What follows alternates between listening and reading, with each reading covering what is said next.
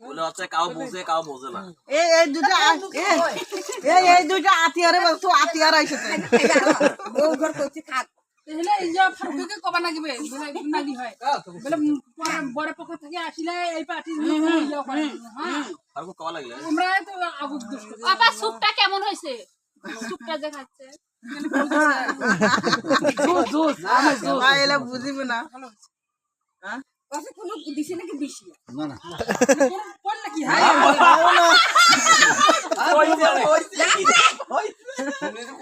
পয়সা হইলা না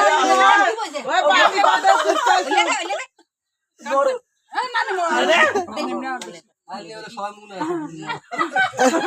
ধরিয়েছে না